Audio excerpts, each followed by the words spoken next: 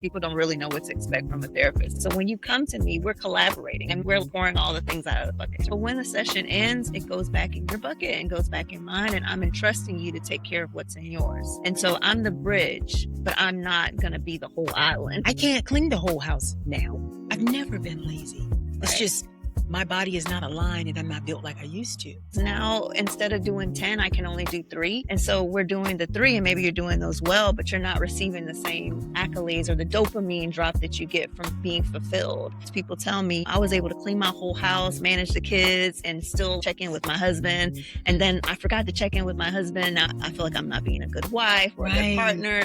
It's not really about the balance. It's more so about prioritizing differently. Mm-hmm. So it's okay that you take a break. It's okay that you left after 15 minutes, as long as you're checking in and coming back. Right. Because you're going to respond to your ability. That's what responsibility is, right? So if I don't have the ability to do to the fullness of what I used to do, I'm going to respond to what I can do.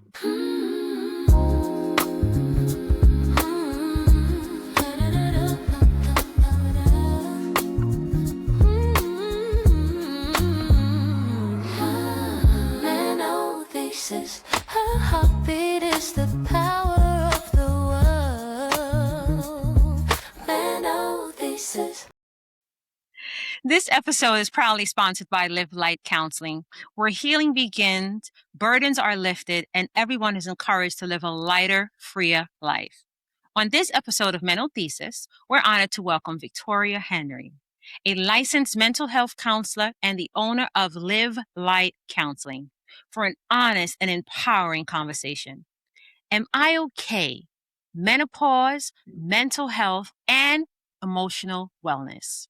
Through Live Light Counseling, Victoria has spent more than 12 years helping individuals navigate life's heaviest moments, including anxiety, grief, trauma, relationship challenges, and major life transitions. Her mission is to help people unpack life's burdens so they can live lighter, healthier, and freer. In this episode, Victoria shares compassionate, practical insights into emotional changes that many women experience during perimenopause and menopause. Together, we explore when emotional symptoms may be related to hormonal changes and when they require additional support, and why seeking help is one of the most empowering decisions a woman can make. We're also excited to share that Victoria will be one of our featured speakers at the 2026 inaugural Menopause Awareness Summit, where she'll continue helping women prioritize their emotional wellness and mental health. If you ever asked yourself, am I okay, or is it menopause? This conversation is for you, and you don't want to miss it. Hey girls, hey! I am your host, Dr. LaShonda Bailey. And I am your co-host, Veronica McDowell. And ladies, we have a special guest joining us today. We have the owner and a licensed mental health counselor of Live Light Counseling to share about mental health and all of the things. Welcome, Victoria. Thank you so much for having me. You I'm are so glad welcome. to be here. So today we are going to get into it. Today's episode is titled, Am I Okay? Menopause, mental health, and emotional wellness. Now, we have our questions here, ladies, and what I want to do is I want to ask you some questions. So, have you ever found yourself crying over something small, feeling overwhelmed, overstimulated, or feeling like you're carrying the weight of the world? All of us go through that because I know since I started menopause, that's how I feel. With carrying the weight and with trying to identify what's going on, we're talking about something that women don't discuss, and that's the emotional side of menopause. So someone may be wondering, is this stress? Is this life? Is this menopause? Am I losing my mind? Yes. Right. Am I doing too much? So I want to talk about the emotional side. So I want to get into it and start asking. So I know for me, I want to ask one of the questions. Sure. Why do emotions seem so much bigger during menopause? I noticed that they seem bigger because you're not processing it the same way. So as you know, your estrogen levels go down, and Mhm. estrogen is very important to help your brain regulate the emotion. Mm-hmm. So it's not even that the emotion is different or heavier. It's just you're not able to deal with it in the same way. Yeah, you're not managing it the same. Yeah, because hormonally, when you're unbalanced, you Exactly. are all over the place. So for Right. me, I am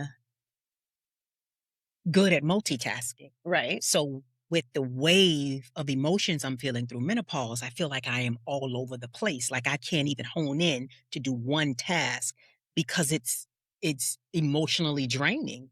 Right. And a lot of people think that it's inattentive symptoms like ADHD, Mm-hmm. but I feel like it could be misdiagnosed because it's not ADHD. Potentially, it's just high functioning anxiety that you had before, Mm. and now it appears that you're inattentive because you're not able to manage 10 things at a time. Yeah. Yeah. And I think for some women, we feel like we are not at the top of our game. We feel Right. like we are not doing what we need to do because Yeah. now I can't do as much. So Right. that looks like failure sometimes. It looks like what is happening to me. Right. It's very decentering, and I think people have a whole identity, crisis really, because they're not sure who they are anymore. Right. Yes. Yes. Yeah. Okay, that's good. So Mhm. why, I think you kind of segue into this question. Why do women suddenly feel overwhelmed?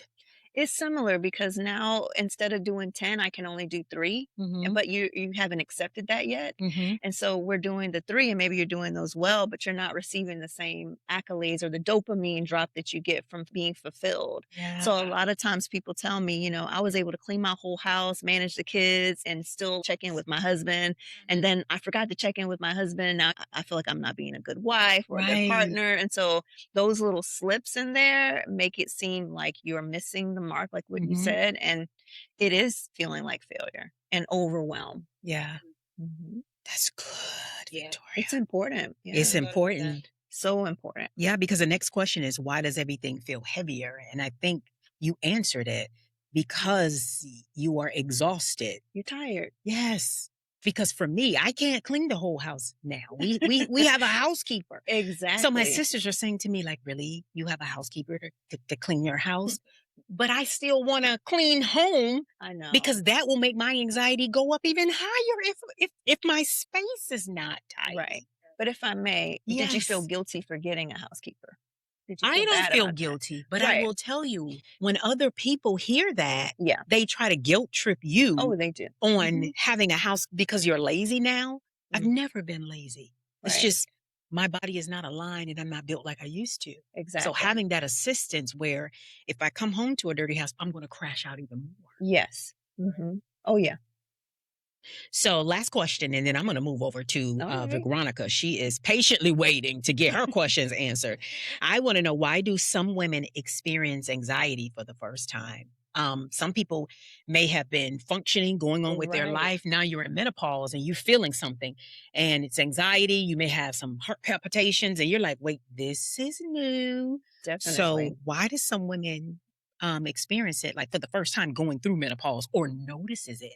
That's the thing. I think there's always been some signs of, again, like high functioning anxiety, but your body's now telling the story. Yeah. Your body's responding before your head can catch up to the narrative. And so, yeah. And so your body is reflecting back to you like something shifted, something's changed. But what I've noticed is a lot of times women, we ignore the little tiny signals. Yep. So, for example, you might have gone into Publix and everything was fine. But now I feel like everybody is, on top of me, or Yes. or I don't want to stand in the line as long. I'm I feel- fidgety. Yes, I feel Yeah. that. Yeah. I feel that. That's why I don't go to Walmart I anymore. understand. I So hear you. now I'm like, it triggers me. Mhm. So I'm just Publix and I keep it moving. So I think that's important because I didn't notice that I was getting triggered going to Walmart. Right. It's a lot of people in Yeah. there. It's a lot of things happening at one time and I was getting overstimulated. And then you guilt trip yourself because I'm supposed to be able to do this. Yes, I need to go grocery shopping. Exactly. Yeah. Right. Wow. There you go. Or Instacart. I like that. Well, we're going to get into the emotional waves. We're going to push it over to Veronica so you can go ahead and get some of your questions answered because I suck it all out of Victoria. I got so many questions. So I want to bounce it to you to see what you wanted to ask.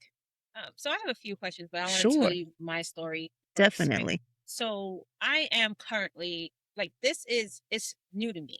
I'm going through perimenopause, right? Mm. But I'm also diagnosed with bipolar. Uh-huh.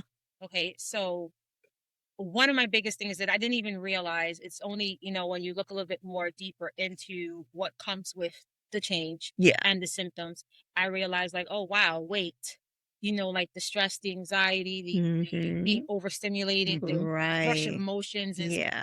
the depression is Mhm. all part of menopause. So how am I to separate the two? Is this menopause or is this, my bipolar? Mm. So the other day, right? I'm gonna be really candid. Sure. Actually, just last week.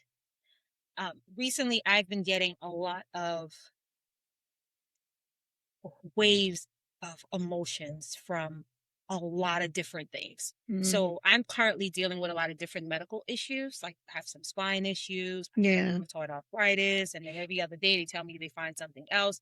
I was recently hospitalized twice within 30 days. I just got out the hospital this past Monday. Okay. So I'm starting to feel like I'm not me anymore. Right. And I told my husband, I went to my husband and I said to him, hey, I feel like I am about to have a really bad manic episode.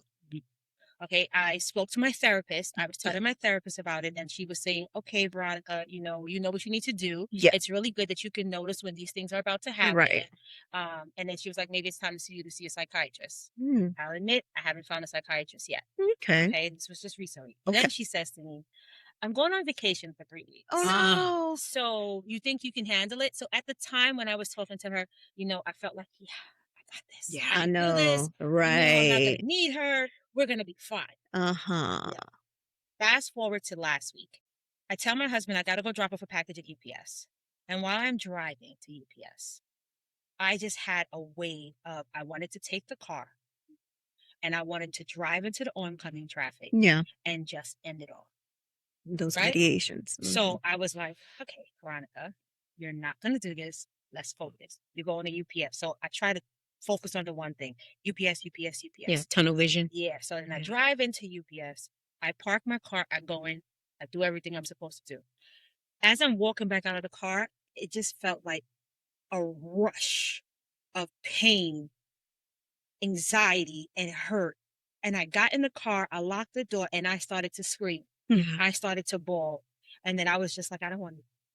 Okay, let me not cuss. Sorry. It's I okay. don't want to do this anymore. Yeah. I am tired of being in pain. Right. And then I was just like, pain, pain, pain, pain, Yeah. pain, because I'm always in pain. I suffer from chronic pain syndrome. Mm. And I was like, I just don't want to do this no more. I can't do this. I can't do that. What you guys were talking about earlier Oh, about yeah. feeling like a failure. Right. I was like, I started naming a ton of things. And this is just me talking to myself. Yeah. And I'm banging my head in the car and I'm just screaming and I'm crying, like really, really crying. And all I'm saying is, that's it.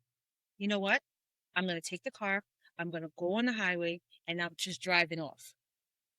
And then I paused and I said, no, fight back. There you go. Fight back. What are you doing? Mm. And then I said, okay, let me call my husband. I tried to call my husband. He didn't answer the phone. Mm. So I called another friend and I said, let me change the topic.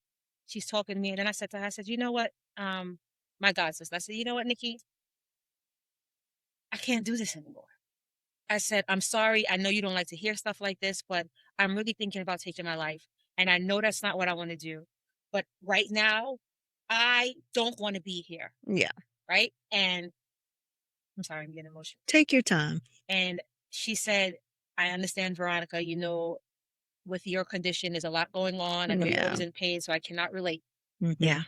She was like, but you're working on it. You have your doctors, and she just started reminding me of my appointments. And she was like, we're going to do, just stay focused on that. And then she's a big on peptides. So she's like, listen, I researched this and I researched that, and I'm just going to buy them and I'm just going to send them to you. Mm. You will be my project. And then where everybody is seeing, like, if I can help you get through this, then I know it's working. And it made me laugh a little bit, Right. and it kind of calmed me down. And I was like, all right. But then I didn't want to talk to her more because she was so joyous. I Mm. was like, Come on now. okay, Nikki, bye. And then I called my husband. And I was like, I gotta tell you the truth. Mm. I'm in your car right now. I know you love your baby, but I'm really thinking about crashing her, right? Because I just don't. I feel like what I said to him is, with my rheumatoid arthritis, it's not going to get better. Right. It is only going to get worse, right? And I told him, now I'm going through this. And I literally said it. I said, I'm going through this menopause, and I feel like it's attacking me. And I was like, and what if this is just the beginning? I'm not even in the heart of it yet. Yeah. Everything is just going to get worse. And I kept telling him, it's not fair. It's not fair. It's not fair that I have to go through all of this. I'm Right. always going through things. And then here God comes and he wants to throw this menopause on me. And then I was just like, I can't. I said, I'm forgetting things. Yeah, I'm forgetting things. My anxiety. I told him I thought I had ADHD. Yeah. And I needed to get tested. Definitely, I was like, I right? cannot stay focused. I don't think I'm a good wife. And then he was like, stop it. And I was like, no, I'm being honest with you. I don't want to sleep with you. I don't want, I sometimes I don't even want to be near you. You know, like I don't like it. The kids get on my damn nerves. Right. I don't want to see them. And I just saying, I can't do it no more. I can't do it. And then he just started talking. Come on, V, let's just talk. And then I was just like, how do I know that this wasn't just the menopause? Right. Really heightening everything? Or am I really on the verge of going into a state of mania? Like, how do you know? I think two things can be true at the same time. I think at that moment, your bipolarism was informing this episode, because really that's what happened. It's a break. But honestly, I think you handled it so well. It was a release in the right direction. It was a release that was pushing you towards your safety. It was a release that was pushing you towards what you knew deep down inside was your ability to fight back. So it is the bipolar, but it's the menopause highlights. It pushes it up to the forefront and makes it even harder to manage. So to me, you're a warrior because you got in the fight real good. Because honestly, I think for a person who isn't in therapy, who doesn't have the support of people around them that know that they have bipolar, they would be so uninformed. They would just think you're having a manic episode. It's not just the manic episode. It's everything in front of it. The anxious moments, the moments when the kids are overwhelming you, the times when your husband, you reject him because you don't have the desire for him. So it's everything that builds up and the bipolar. Did that make sense what I'm saying? Yes, it does. Yeah. It does. It does make a lot of sense. Do you feel like you came through that as a warrior? Do you feel like that? I do. Okay. Because I was supposed to. It was my sister's birthday the next day. Okay. And the plan was for me to travel to Miami for the day. Yeah. And then come back. And I told my husband, like, I don't want to go. Mm. I called her and I had texted her. I said, do you really, really want me there? It's a celebration. And she was like, I mean, Veronica, if you really can't do it, I understand. But then I told my husband, I feel like one of my coping, right, is I have to find some joy. Okay. Distraction. Yeah. So I love music. Okay. You know, I like the place that we were going to. I always have a really good time. Just even when you first walk in, it's just the energy, everything really makes me excited. So my husband was like, maybe you shouldn't go. Because then I told him, I think you should go with me. Right. Because I don't trust myself going by myself. I had booked the hotel for the night. And then I was going to be there by myself. It's a casino. One of my other things whenever, an episode. Yeah. I definitely spend. Yeah. And me in casinos is not good. Okay. So I was like, should I really do this? And then I was like, okay, you know what? I'm going to go. Okay. I'm going to fight through it. I'm going to go. I'm going to focus on, I'm going to have a good time. Yeah. I want to be there for my sister, and I was like, I'm just going to push through. And then I went. Beautiful. I spoke to my husband the entire time. Basically, like he stayed with me the entire time. I had a really good time, and then I did gamble, and that's when I was like, okay. But I ended up winning the $1,200. Look at you go. So then I was like, I said, oh, that's great. And then I just got out of there. Yeah. Yeah. That was smart. So, it helped. But then I get back on the Thursday, and my body I've taken my medication. The medication knocks me out. I overslept. I missed the recording. Okay. And then it was like, I beat myself up so bad. And the problem with my RA is that stress triggers a flare. Yes. Good that you bring that up. I was like, ugh. But then the next day I'm in the hospital and being admitted. Yeah. So it's like, is the menopause exasperating my symptoms in the Mhm. sense where it's a mental thing and I'm maybe causing more pain to myself because I'm stressed out? Yeah. I'm, the rambling thoughts, like, am I doing this to myself?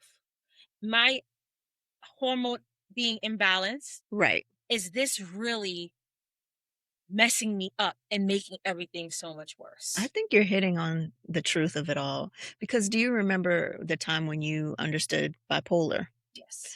So this is also now part of that. So it's understanding menopause and how it makes you think rapid cycle thinking and blurry, brain fog, and just understanding and giving it a language because you haven't lived this part yet. Yeah. So now you have a new language around it so you can ground differently. So it's reasoning with yourself differently about, no, this is just a part of that. And this doesn't mean that everything is falling apart. It just means I need to cope differently. And I'm glad you mentioned stress because that's part of it is a lot of people don't really realize that they're stressed. I think you were just tired. And so your body, that's why you overslept. And so instead of giving yourself grace and saying, I was just exhausted, I needed the rest, you got onto yourself about it, which then exasperates the next thing, which makes you more stressed, so you know the rest. Yeah. Yeah. I don't know. I just think it's really hard. And I would love to find a way for any female that has a mental illness that, even, especially if you don't have it under control right now, Right. like, what is the best way for them to tackle this Yeah. to help them? Right. Because it's just the beginning. And like you said, those, especially those who don't have therapy and not seeing someone or taking medication, Exactly. this is just going to be, Yeah. like a bomb, just explode. So what's the Mhm. best advice you can give someone like me who has a mental illness, Yeah. who has other conditions, that's underlying conditions, and then here comes menopause? What is the best way for us to get through this? I'm so passionate about everybody having a safe space. Everyone should have a safe space, whether that's with your provider, your medical provider, but specifically with a mental health provider. And that is a difficult journey sometimes for people because they don't even know how to find a mental health provider, let alone someone that looks like them that they feel like they can feel safe with and relate to. So I feel like to me, that is what I'm passionate about, giving people a safe space to land. So no matter if you're experiencing a heavy day or not, you're just doing maintenance around you.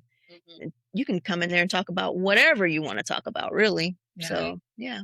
I think that's good and it's important. And something you said, it's learning the new diagnosis because Exactly. what she knows is the Right. bipolar. Yeah. Now the menopause is new and Right. now it's intersecting. So it's right there in the middle Yeah. when the two collide.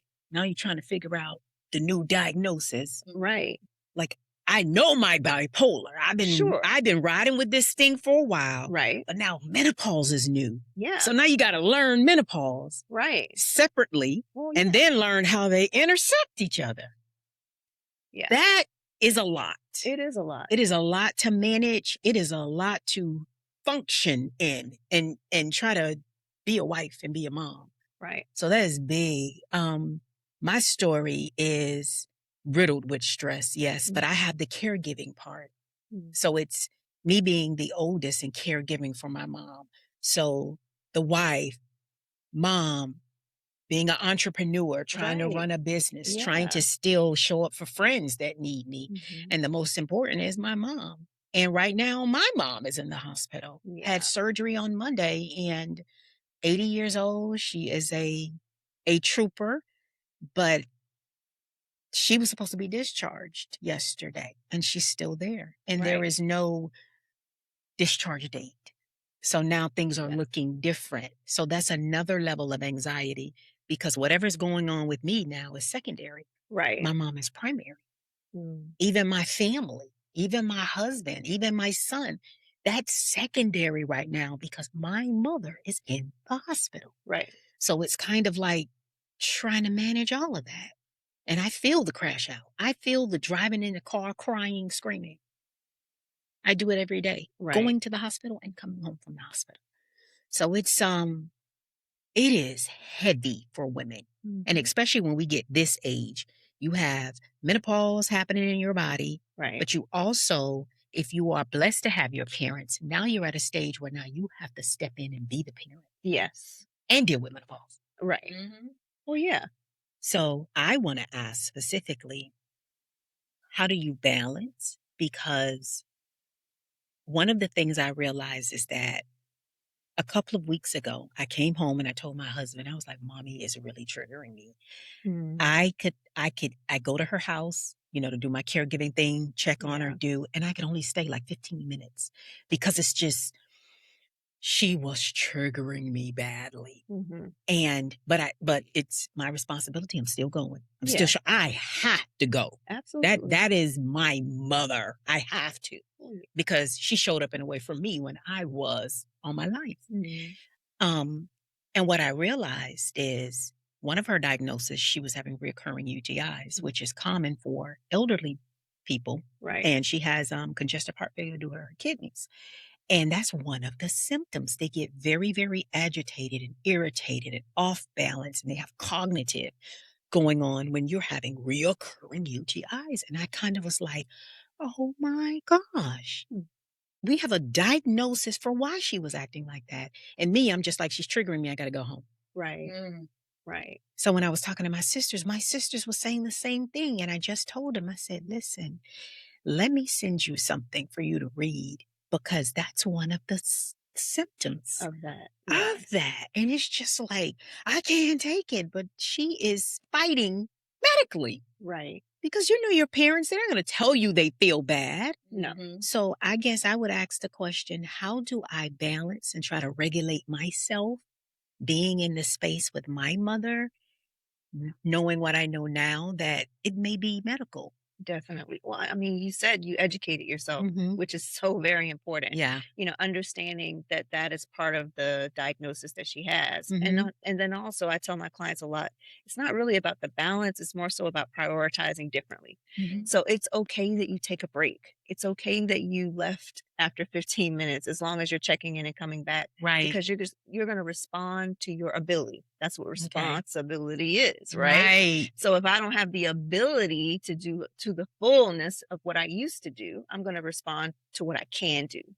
And then don't beat yourself up. I'm going to respond to the ability. Just respond to your ability. To my ability. And not beat yourself up about what you're not able to do that you were able to do in times past, because you're not the same person. Right. And to me, that grief is the biggest part of the menopause. And I see that a lot as women tell me, I'm just not the same person anymore. Yeah. I don't know who I am, Victoria. I don't like who I am. And even to the point that self-loathing is like ideation, like what you were talking about, Veronica. Like, I don't want to be this anymore. If this is how life is going to be, right. I don't want to be here. Do this anymore. And so it's repurposing and figuring out where your values need to be now, so that you can really enjoy your life again, because you're not going to enjoy it the same way you did before. Yeah. We're going to figure out a new way. A new joy. A new way. I love that. Yeah. I wanted to ask you actually something personal. You can. Because when you are a licensed mental health therapist or a licensed mental health counselor, you're helping so many people. Oh, yeah. What does that look like with trying to regulate and balance yourself when you have so many people that you are pouring into? I mean, it's your profession, because we need you. Well, I'm happy to do it. But how do you regulate it? How do you keep yourself refreshed and balanced and with the weight of everybody else's problems? Sure. So one of the things I do is I detach. And sometimes people think that that's a strange way to put it. But I mean, my things are my things. So my bucket is my bucket. Right. And your bucket is your bucket. So when you come to me, we're collaborating, and maybe we're like pouring all the things out of the buckets, right? Right. But when the session ends, it goes back in your bucket and goes back in mine. And I'm entrusting you to take care of what's in yours. And so I'm the bridge, but I'm not going to be the whole island. Right. That's up to you. And so I feel like I'm responsible for my island, though. Right. And so I retreat when I need to. I take breaks. And during the day, what I realized really does help me a lot is I go outside to my plants. I'll read a book. I'll watch a little bit of a Netflix series. I'll take a nap if I have to. I work from home. So, and actually I kind of built my life around my profession in a way so that I can be available to peace. And I Oh always my say I want to live on gosh. Peace Street because Ugh. if that's what I'm offering, then I want to be able to embody it. And no, it's not always easy because especially during the pandemic is when I realized it was really tough. Yeah. Because I was experiencing my own anxiety and I needed to manage my own fears, my own worries. And I think that's when I really got a crash course on Victoria, you have to figure out you and be okay so that you can be available to others more effectively. I love that. Yeah. Living on Peace Street. I have a question for you. I love that you brought up Peace Street. So what steps, right, would you recommend to all of us to find that Peace Street? Well, I always, your own Peace Street. Definitely. I say it's mind, body, and spirit. And so you don't want to miss any of those quadrants. And so you want to be really careful about what you're thinking about, what you're inputting. And as far as your body goes, I'm sure you're aware of these things too a lot, Veronica, like what we feed our bodies, what we drink. Like everything counts, you know, and you don't have to fix it all in one day, but try to do a little better every day. And spiritually, like, what do you believe? What matters to you? What feels purposeful? Like, what makes you get out of bed in the morning and really trying to zone in on that? And as long as you're hitting those quadrants, you're getting closer to your own answer. Yeah. Yeah. I like that. Yeah, I do. I love it. I think one of the things that I kind of do, like you were saying, fight. You were telling yourself, fight. I have affirmations that I say. Powerful. Yes, because you have to speak to that. It's kind of like I don't know, use the word like a demon, but that's how you were describing it. But like that's how it feels. Right. Yeah. You are possessed. Exactly. Yes. Like something else is taking over. I don't like it. Yes. That's how I feel when I leave the hospital. It's like I am releasing everything that I am holding in because I don't want my mother to see me like that. I can already see her anxiety. I can already see her fear. And when your parent don't want to show you that. Sure. So it's kind of like I have it all built up. I'm with her 6-7 hours and I'm holding it. Yeah. And when I get in my car and I get on something about I-4, it's just like release and I'm screaming, I'm banging on this. What's with the banging? And I'm telling my affirmations like, Lord, I know that there is a reason that this 80-year-old woman she's a tough lady. I've watched her bury 3 of my siblings. My family is riddled with grief. And my father, she outlived my father. So it's purpose in her being here still at 80 with me. And I think that's what you got to do. You got to find, I think purpose can push you past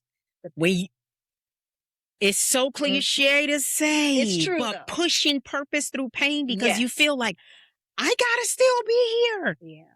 Because taking myself out is only going to hurt the people that really love you.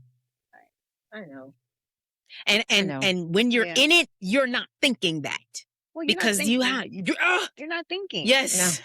Yeah, which that is related to the menopause, right? Yeah, right. So this thing about knowing what you're thinking about and being aware of that is very, very, very critical to the whole journey, you know, and slowing down. That's another thing that is really important. It's just, and I love that you said, I just got in my car and I just released it all. Yeah. But you had to slow down to do that. Yes. You could have kept driving. But yes. Yeah, you had a whole therapy session with Veronica. This was great. Like therapy. This is therapy. Yeah. That's what you can expect, because I think that's another thing. People don't really know what to expect from a therapist. They're like, what happens in there? So that was one of the questions that I had for the ladies that has never been to therapy. So now you saw this was actually a session. It's fair game, whatever it is. Whatever. So how do you give advice on, okay, I'm entertaining therapy now because I'm all about it. We are very transparent, but for someone who is like shameful about it, and where do they go? Do you get on the internet? Do you pull up? Do you look in your area? What is the first step in like trying to get help if you're not a person who doesn't look for help? Well, that's the thing, right? It's like sometimes people have these resources and they don't access them. So if you have insurance, that's great. If you have Medicaid, great, wonderful. if you have a job that offers EAP, which is the Employee Assistance Program, Yes. that's powerful too, because you're going to get 6 free sessions that you Right. probably didn't even know that you had. And so that's the That's first important. step, is knowing where if you have benefits, knowing where they are. Right. If you do not have benefits, there are a lot of free services. A lot of people who, like myself, had been students, Right. or are students, who want to learn this profession, but they have a real heart for helping. So like, I know UCF has a free counseling program. And so Oh, some wow. people didn't know that. They have a waiting list, but still it's important that you are able to access that. So that's the first thing, is knowing what your access I never points knew are. that. That's good to know. Yeah. Okay. The next thing is, be willing to kind of, it's like dating, date around to Yes. see like who Yes. you like as your counselor, and maybe schedule a session with that person, or 2 or 3 providers. Right. Mhm. And then see who you feel the most comfortable with. Give it a chance, because maybe the first time you didn't feel like you could open up, but the Right. second session probably is that sweet spot Right. Yeah. where you really get to talk about the things you really need to talk about. Thank Yeah. you. That is Yeah, of helpful, course. because some people don't know. Some Right. people might think, I don't have insurance, so Yeah. I'm not even going to even do it because I can't even get help. Yeah. Well, I know for me, I have some sliding scale spots on my Mhm. on my panel, as well as I will work with you, because I'm really, really passionate about the fact is no one should not have the ability to access care. Do you hear that? This is the kind of therapist that you need. Sure. Yes. Thank you. Thank you for that. So I just want to make sure that when I check my notes that I cover everything. I have one last question. I don't know if Veronica, you want to pose a question, but I have a question that if there's one thing that you wish every woman going through menopause knew, what would it be? That because you're going through a life change, it does not diminish your value. Because I was just telling my intern, as we get older, a lot of times in our society, we're taught that our value is going down. Mhm. We're not as whatever, fill in the blank, beautiful, witty, Mhm. whatever, organized, Right. but your value increases. And so to look at this as an opportunity to learn yourself more deeply, Mhm. to be a little bit more vested into your wellness, Mhm. it's an opportunity. At first, you're going to feel upset and, angry, but that's part of it. Just ride the wave. Okay. Ride the wave. Ride the wave. Yeah. Hold on tight. Hold Yeah. on. Get you some girlfriends. around you. Get you some girlfriends.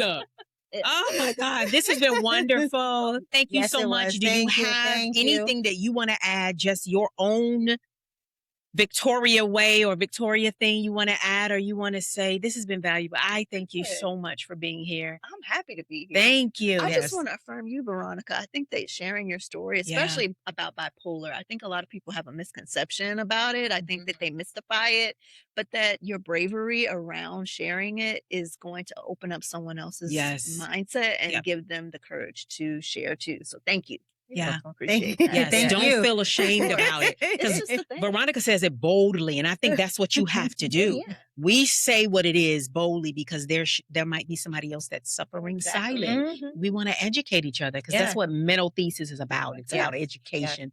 So thank you so much. Yes. Tell the ladies how to find you, your website, all the things. We're going to have everything posted so you can find this lady right here. Sure. Okay, you can find me at livelightcounselingllc.com, or you can email me at livelightcounseling@gmail.com. It's spelled LIVELIGHT. Thank you There you so go. much. So ladies, thank you so much. And I want to let you know that we have a bonus for you. So our 2026 inaugural Menopause Summit. I'm so excited. I'm messing it up. 2026 Menopause Awareness Summit. Awareness Summit. Victoria is going to be our One of the panel speakers. one of the panelist speakers. Thank you, because the menopause brain fog is all over me right now. Okay, she's going to be one of our panelists, and I'm so excited that she has agreed to come. And the same way she just poured into us on this episode, she's going to pour into a room full of women who need it. Yes. So we're yes. excited. Thank you. My pleasure. Thank you. Well, you know what I always say, ladies, I wish you happy hormones. But Veronica, you want to say anything to the ladies today? I just want to tell you guys, thank you for listening to my story. Yes, it is all well. And ladies. don't be ashamed at all, because you never know who's listening that'll be able to help you. Yeah. Right. And thank you guys.